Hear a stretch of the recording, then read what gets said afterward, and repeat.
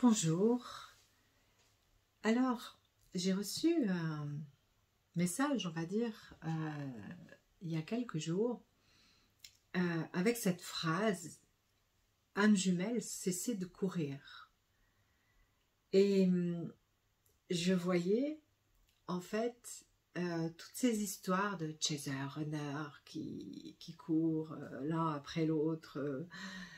Quand il y en a un qui court plus après l'autre, finalement c'est l'autre qui revient chercher. Enfin voilà, toutes ces histoires qui se lisent sur internet, alors que j'avoue ne plus lire depuis quand même quelques années.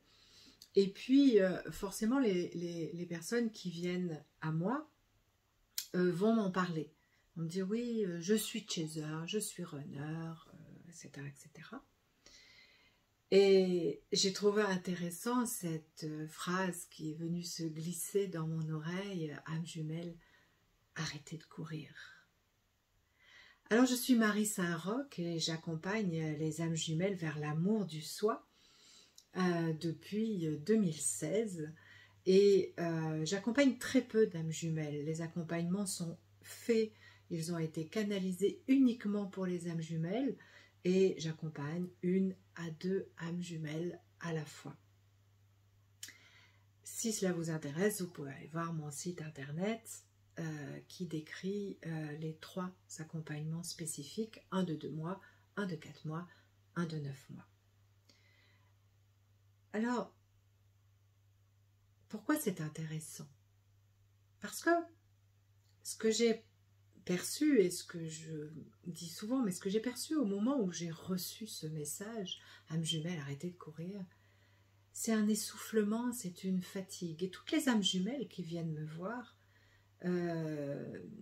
sont toujours ou presque dans cet état d'essoufflement face à la vie, presque de découragement bien sûr, en disant à un moment donné, mais à quoi ça me sert d'avoir une âme jumelle ou j'en ai assez de lui courir derrière, etc., etc. Mais en fait, qui vous a demandé de courir derrière votre âme jumelle?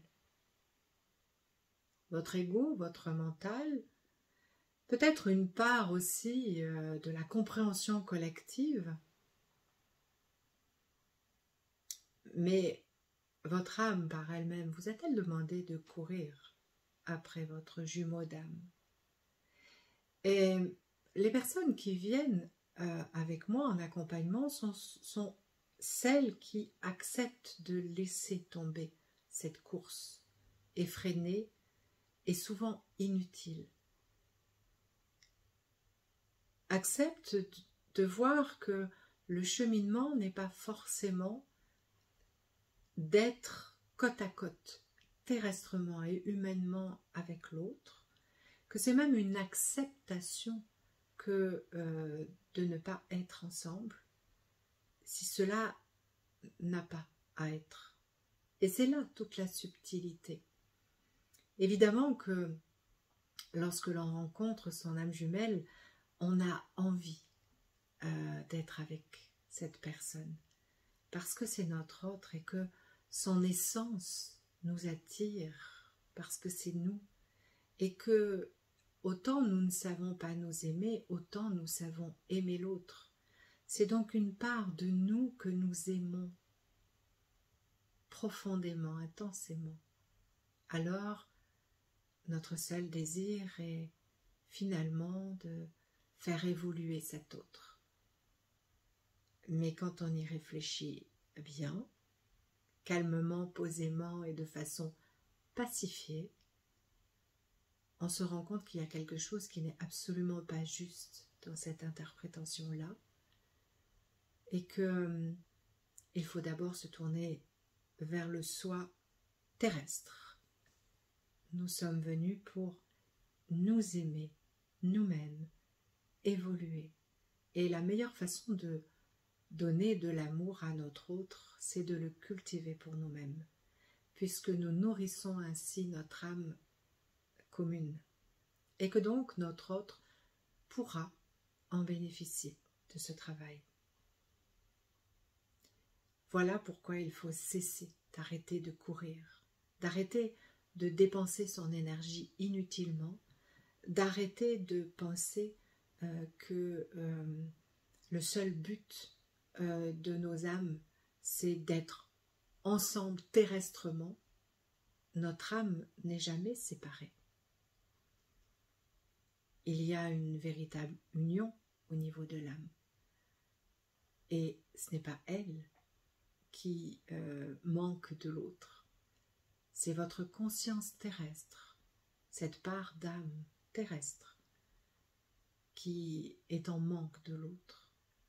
Mais c'est justement celle-là qui a besoin de travailler, d'œuvrer, de pacifier, de s'aimer, d'apprendre l'amour, d'apprendre ce lien qu'est l'amour, qui est une essence créatrice, une essence pure, qui n'a rien à voir avec l'amour amoureux et tous les amours que l'on peut connaître sur Terre. Celui peut-être qui s'en rapproche le plus, c'est lorsqu'une mère met au monde un enfant, qu'elle a tout cet amour maternel pour cet enfant qu'elle met au monde, un amour absolument inconditionnel pour son enfant.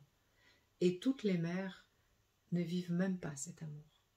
Voilà, pour dire combien cet amour est rare. Mais c'est pourtant celui-là qu'il faut aller chercher et faire vivre dans nos cœurs, et pour se relier à notre âme. Et c'est ainsi que l'on ne court plus après son autre. Et c'est d'ailleurs ainsi que, lorsque l'on croise notre autre, il peut savoir qu'il peut venir vers nous en paix, qu'il n'a plus besoin de fuir.